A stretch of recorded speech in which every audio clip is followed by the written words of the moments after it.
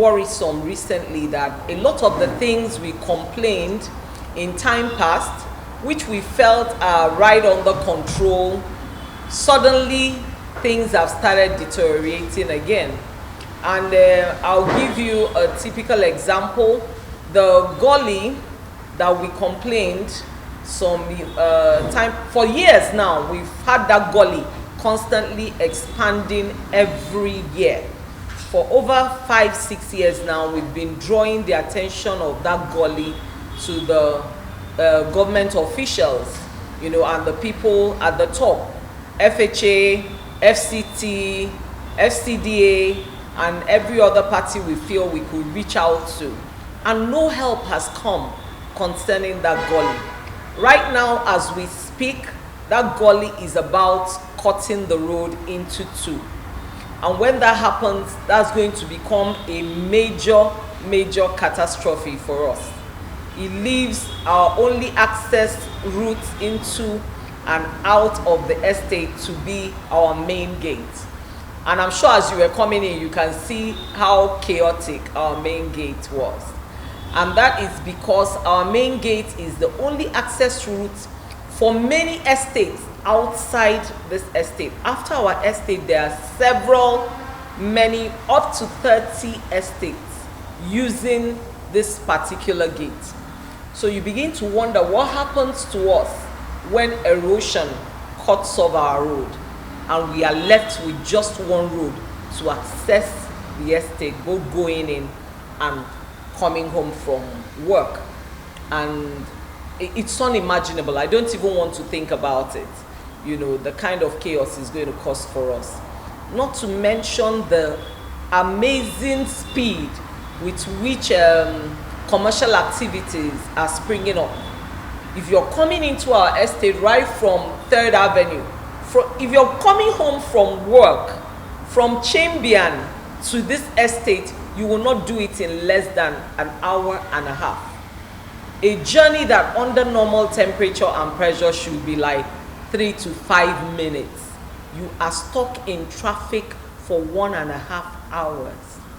And for no other reason other than the springing up of plazas, not just shops, plazas, 2, 3, 4 floors of plazas, and they have no parking lots. So their customers are parking right on the road, making the roads inaccessible. If you look right out of our window, you see how narrow our roads are. It's actually built to be a one lane road, as in to and from. You have no space to have 2 cars on a lane on our road. So imagine what happens when a plaza takes up half of that road. Their clients take up half of that road. What are we left with to drive through? And we start wondering, we are the helm of affairs of our estate, who is giving these permissions? Who is authorizing these plazas? Who is giving them permission to build without proper approval for adequate parking lots? We are not against commercial activities, but it has to be properly set. Abuja has a master plan. Abuja is a well-planned city. But what we are seeing in Gwarimpa is chaos. We don't know whether we are part of the master plan or we have been ruled out of the master plan. Every given space is taken up by a plaza. When we bought houses in this estate, we were informed therefore strictly residential. And as an association, we have worked hard to maintain that. You can hear it from our name, Adcan Estate Residents Association. This is where we reside. It's not where we come and trade and go home. So when we can't get home because of activities of shops round the clock, do you know the spate of crime in this area within the last couple of months? We don't sleep. Gunshots constantly, and it's all because of the heightened commercial activities. We can't sleep with our eyes closed, and the government bodies are not making things easy for us. They are not. Recently, we have one of our houses in the estate being converted to a restaurant and a bakery.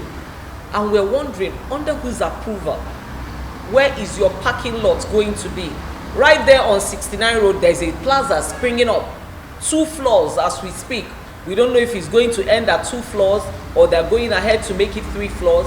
Who is given the authorization? We have approached Federal Housing Authority. Some of them will claim they are unaware. But when we go to meet the people building, they will say they have their proper papers documented, signed, and they were given approval to build. Presently, our residents have been crying out. We have a mosque on 69 Road with 4 speakers. 4 speakers. A mosque in between people's houses. And we know how our Muslim brothers pray. We have Muslims amongst us. And you have to be woken up at 4 a.m. 4 speakers, loud. Every appeal has been done.